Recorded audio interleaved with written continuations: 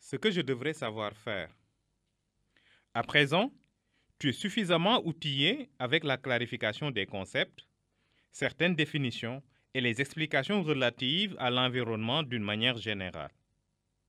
Dans cette rubrique, on va te montrer comment, à partir de situations variées, tu peux mettre en œuvre, pratique, les connaissances acquises au bénéfice de ton école et de son environnement, localité.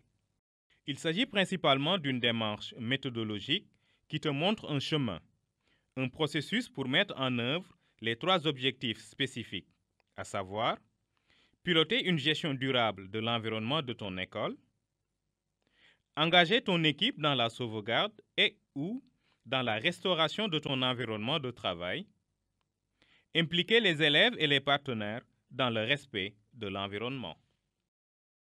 Piloter une gestion durable de l'environnement de ton école.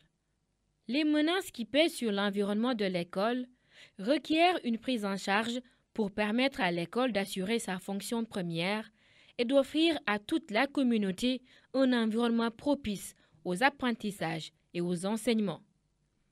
Pour cette première activité, on te propose une démarche qui peut t'aider dans le déroulement.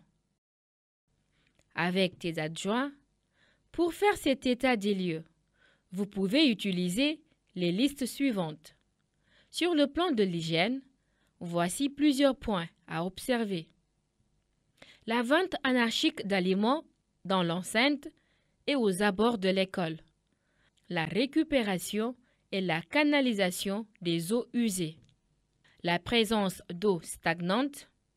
Le traitement des ordures, présence ou absence de poubelles dans les salles, dans la cour, maintenance de celle-ci.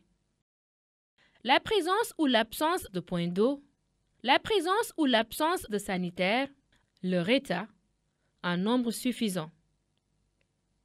La séparation des sanitaires entre filles et garçons, la présence récurrente d'urine dans certains endroits de l'école,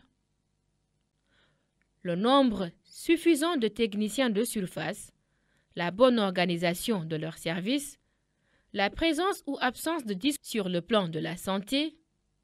Voici plusieurs points à observer. Les épisodes épidémiques fréquents. Les préjugés de la part des parents qui refusent supplémentation et vaccination pour leurs enfants. Le niveau d'information médicale sur les élèves. Présence, absence de fiches médicales, de carnet de vaccination, connaissance des allergies que certains élèves développent, connaissance des maladies chroniques, héréditaires dont souffrent certains, etc. Sur le plan de la santé, voici plusieurs points à observer. Les épisodes épidémiques fréquents. Les préjugés de la part des parents qui refusent supplémentation et vaccination pour leurs enfants. Le niveau d'information médicale sur les élèves.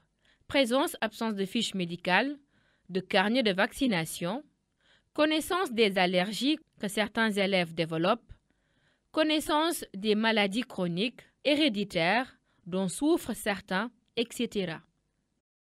La présence ou l'absence d'un dispositif pour les soins de premier secours, l'inscription dans le bureau du directeur ou de la directrice des numéros de téléphone de service de secours, infirmier ou infirmière, chef de poste, médecin, police, pompier, mairie, etc. Sur le plan de la sécurité, voici plusieurs points à observer. La présence ou l'absence de murs de clôture, animaux en divagation, contrôle de l'entrée des personnes étrangères à l'école, leur état.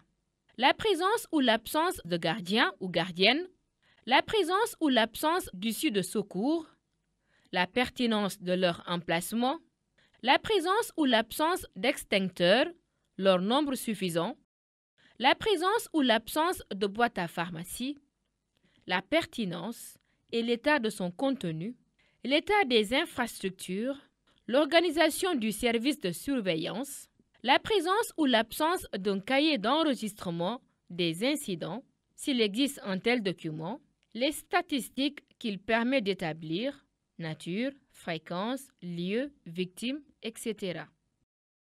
Sur le plan de l'embellissement, voici plusieurs points à observer.